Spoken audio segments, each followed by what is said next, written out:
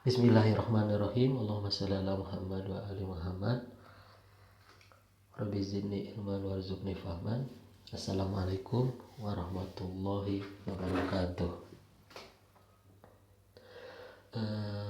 Dalam video kali ini kita akan membahas terusan dari video sebelumnya. Insya Allah kita akan membahas pola kelima dari pola-pola penulisan. Sedikit kita melihat sebelumnya. Pertama kita walhasil kita nanti akan fokus kepada poin kelima dari pola penulisan. Sedikit kita melihat ke belakang. Sebelumnya kita telah membahas apa itu pola penulisan. Pola penulisan ini adalah isi dari sebuah tulisan. Kalau masih ingat kan, kita telah membahas rangka atau struktur dari sebuah tulisan.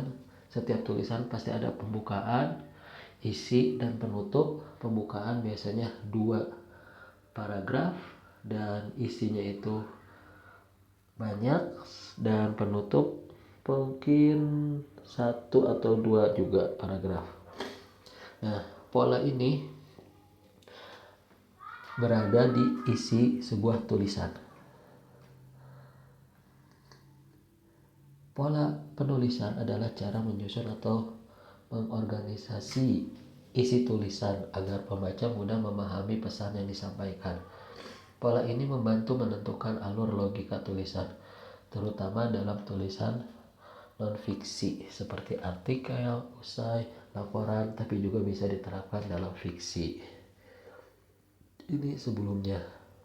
Dan macam-macam pola penulisan. Yang pertama adalah pola kronologi, yakni pola urutan waktu.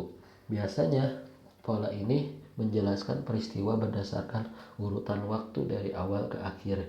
Ciri-cirinya menggunakan kata keterangan waktu seperti pertama, kemudian, akhirnya setelah itu. Pada contoh yang kita bawakan sebelumnya adalah pada pagi hari Edo bangun dan langsung membantu ibunya masak.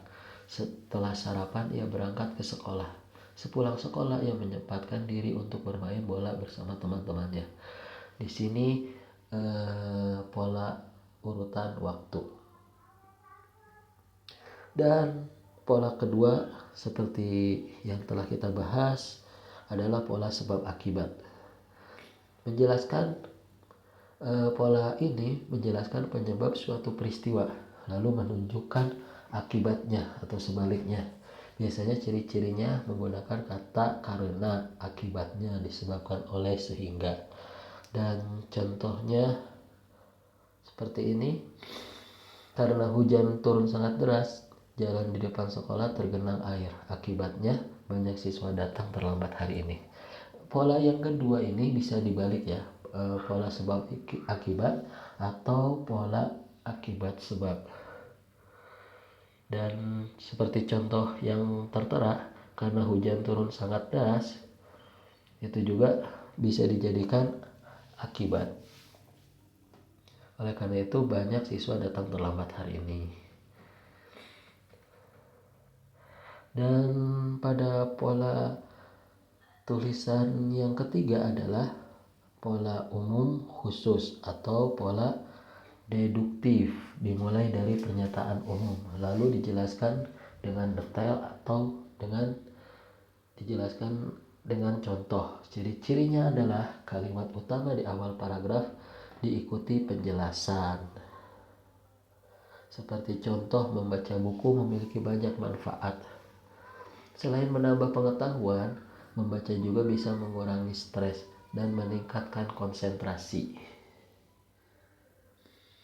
Pola yang keempat kebalikan dari pola yang ketiga, yakni pola khusus ke umum atau kita sebut dengan pola induktif. Biasanya pola ini dimulai dari hal-hal spesifik atau Contoh ya kebalikan dari atas, lalu ditarik kesimpulan dan diakhiri di paragraf.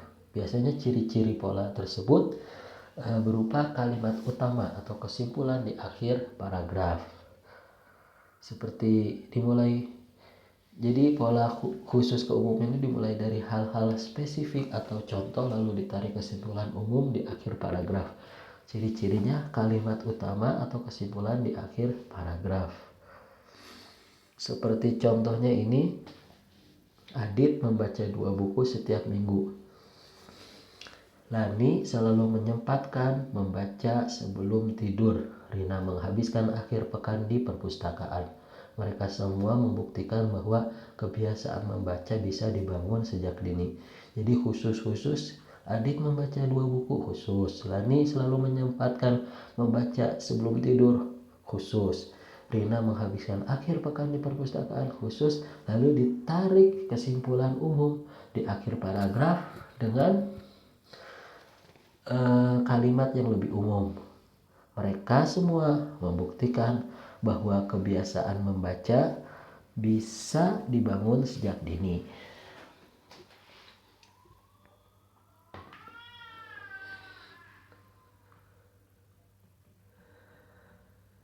Dan kita juga telah membahas pola kelima. Pola kelima, pola perbandingan dan pertentangan. Biasanya pola ini menunjukkan persamaan atau perbedaan antara dua hal. Ciri-ciri kata hubung berbeda dengan, sedangkan, seperti halnya, sama halnya dengan. Seperti contoh yang kemarin kita bawakan tentang buku cetak memberikan pengalaman membaca secara fisik. Sedangkan buku digital lebih praktis karena bisa dibawa kemana-mana tanpa beban. Di sini pola isi tulisan perbandingan dan pertentangan. Biasanya ada penghubung atau kata hubung seperti berbeda dengan, sedangkan, seperti halnya, sama halnya dengan. Dan contoh yang kita bawakan kata hubungnya adalah sedangkan. Jadi bisa membandingkan atau bisa mempertentangkan. Kini kita masuk ke pola 6. Pola 6 adalah pola klasifikasi atau pola pengelompokan. Biasanya penulis dalam tulisannya atau isi tulisannya itu berbentuk pola klasifikasi pengelompokan. Dia berusaha mengelompokkan ide atau hal-hal ke dalam kategori. Dan si penulis juga biasanya menggunakan pembagian atau menggunakan klasifikasi berdasarkan jenis, menggunakan klasifikasi berdasarkan kelompok atau ciri-ciri. Si penulis akan menuangkan ide-ide atau hal-hal ke dalam kategori tersebut. Seperti contohnya, kalau kita ingin pergi ke pasar, ketika kita ingin belanja ke pasar, ketika kita ingin memasak sayur asem, kita harus menyediakan sayuran seperti ini, ciri-cirinya seperti ini. Nah, itu. Jadi pola klasifikasi adalah pola pengelompokan. Jadi untuk membuat sayur asem itu bahan-bahannya apa aja. Jadi mengelompokkan hal-hal ke dalam kategori.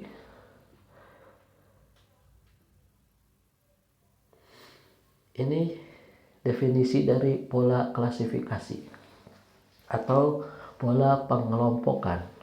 Pola pengelompokan adalah mengelompokkan ide atau hal-hal ke dalam kategori. Biasanya ciri-ciri dari pola pengelompokan menggunakan pembagian atau klasifikasi berdasarkan jenis atau berdasarkan kelompok atau ciri. Seperti yang Al-Fakir akan bawakan contohnya seperti ini. Ada 3 jenis hewan berdasarkan makanannya: herbivora, karnivora, dan omnivora. Herbivora hanya makan tumbuhan, karnivora makan daging, sedangkan omnivora makan keduanya. Jadi paragraf atau kalimat yang Al-Fakir bawakan ini adalah pengelompokan yang dimasukkan kepada kategori-kategori dan dijelaskan setiap kelompok tersebut. Ada 3 jenis hewan berdasarkan makanannya. Yang pertama, hewan herbivora, hewan karnivora, dan ketiga, hewan omnivora. Biasanya hewan herbivora hanya makan makanan tumbuhan, karnivora makan makanan daging, sedangkan omnivora makan keduanya. Jadi dalam pola yang keenam atau pola klasifikasi pengelompokan, si penulis harus bisa membuat kategori atau membuat suatu kelompok-kelompok dan bisa menjelaskan kelompok-kelompok tersebut. Seperti contohnya di Gaza itu ada kelompok-kelompok perlawanan. Kelompok-kelompok perlawanan itu seperti apa? Hamas seperti ini. Terus kelompok lainnya seperti apa? Jadi dalam pola tersebut harus bisa menuangkan ide-ide atau hal-hal ke dalam kategori tersebut.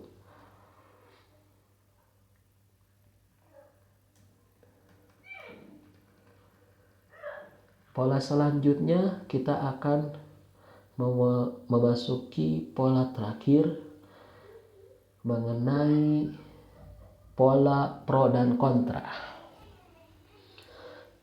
Si penulis biasanya ketika ingin menulis isi tulisannya dengan pola pro dan kontra harus menggunakan 2 sudut pandang atau 2 kacamata sudut pandang, bagaimana menurut kelompok A dan bagaimana kelompok B. Biasanya tulisan tersebut tertumpah melalui esai argumentatif. Ketika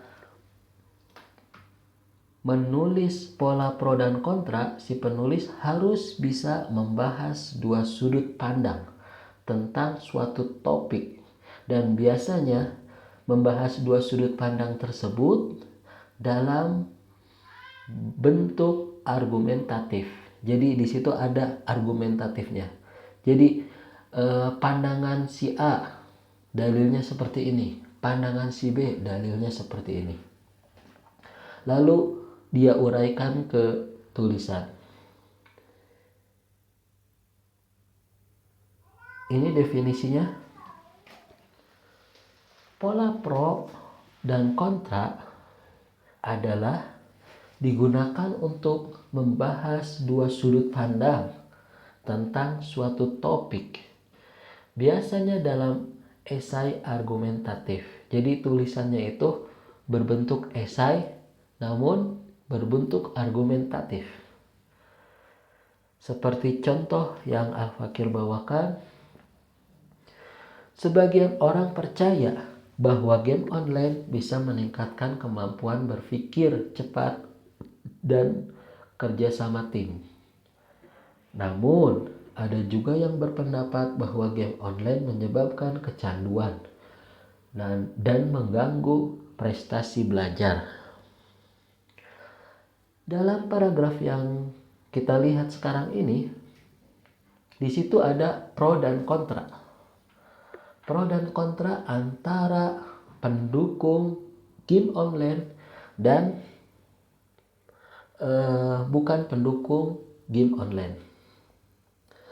Yang pendukung game online dia mengatakan bahwasanya sebagian orang percaya bahwa game online bisa meningkatkan kemampuan berpikir cepat dan mampu menjadi kerjasama tim.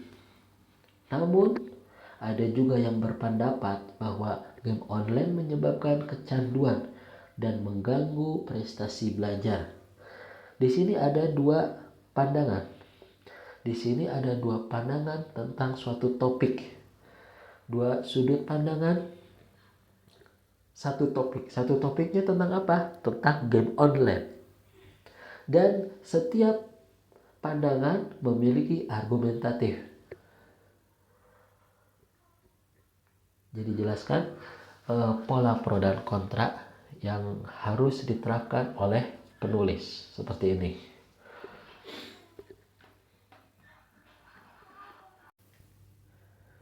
Jadi ini pola terakhir yang kita bahas pada video ini.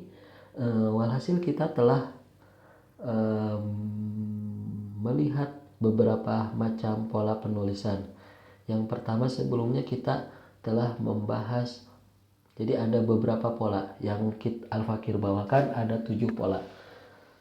Sebetulnya bisa lebih, namun kita ringkas seperti pola yang kedua, sebab akibat. Al-Fakir tulis satu bagian karena sebab akibat itu bisa dibalik, akibatnya lebih awal, sebabnya terakhir. Walhasil pola yang pertama kita telah bahas adalah pola kronologis atau urutan waktu, dan yang kedua adalah pola sebab akibat atau pola akibat sebab, dan yang ketiga adalah pola umum ke khusus yang kita sebut dengan pola deduktif, dan yang keempat adalah pola khusus ke umum atau kita sebut dengan pola induktif. Dan yang kelima adalah pola perbandingan. Ini juga sebetulnya kita bisa pecah menjadi dua, tapi Al-Fakir gabung aja pola perbandingan dan pertentangan. Itu poin ke bagian macam-macam pola penulisan. Dan yang keenam adalah pola klasifikasi atau pola kelompokan. Ya, ini harus dikelompokkan lalu diterangkan kelompoknya seperti apa. Dan yang terakhir kali ini adalah pola pro dan kontra. Di situ jadi ada dua sudut pandang mengenai satu topik, dan biasanya juga setiap sudut pandang tersebut dibawakan atau disertai dengan argumentasi seperti yang kita lihat. Dan di sini juga Al-Fakir akan membawa tips bagaimana tepatnya kita memilih pola, atau tepatnya bagaimana kita menulis sebuah genre atau tulisan. Kita itu harus menggunakan pola seperti apa. Seperti ini tips memilih pola penulisan. Biasanya jika genrenya itu cerita, harus menggunakan pola kronologis atau pola naratif agar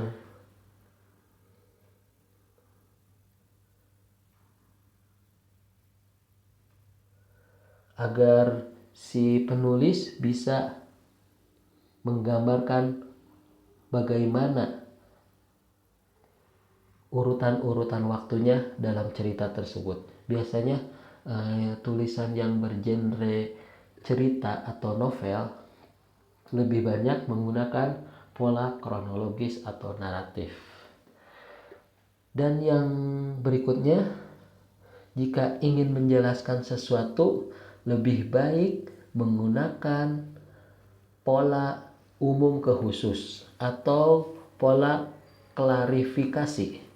Umum ke khusus itu yang sebelumnya kita bahas tentang macam pola pada poin ketiga. Biasanya pada pola umum ke khusus,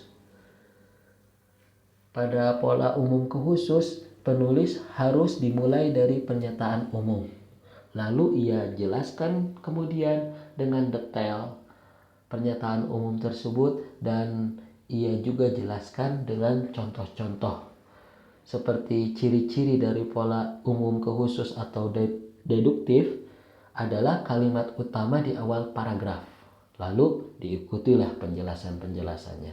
Seperti contohnya, membaca buku memiliki banyak manfaat, itu umum. Kita bawa ke khusus. Selain menambah pengetahuan, membaca juga bisa mengurangi stres dan meningkatkan konsentrasi.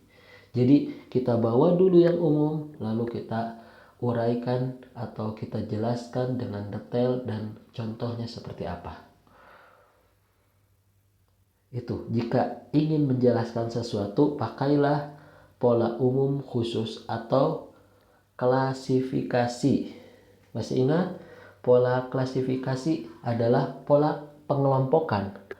Biasanya penulis ketika ingin menuangkan tulisannya, isi tulisannya berpola klasifikasi atau pengelompokan, dia harus bisa mengelompokkan ide-ide atau hal-hal ke dalam kategori.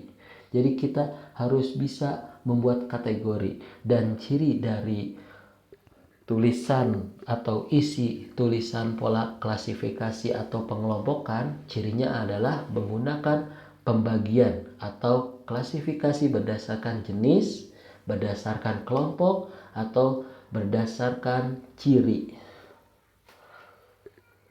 Seperti contoh yang sebelumnya kita pernah bahas adalah ada 3 jenis hewan berdasarkan makanannya. Seperti hewan herbivora pertama, hewan karnivora kedua, dan ketiga adalah hewan omnivora. Biasanya hewan herbivora baru dijelaskan setelah itu. Setelah kita kelompokkan 3 kelompok hewan, baru kita jelaskan apa hewan herbivora. Hewan herbivora adalah hewan hanya memakan tumbuhan. Hewan karnivora adalah hewan yang hanya makan daging.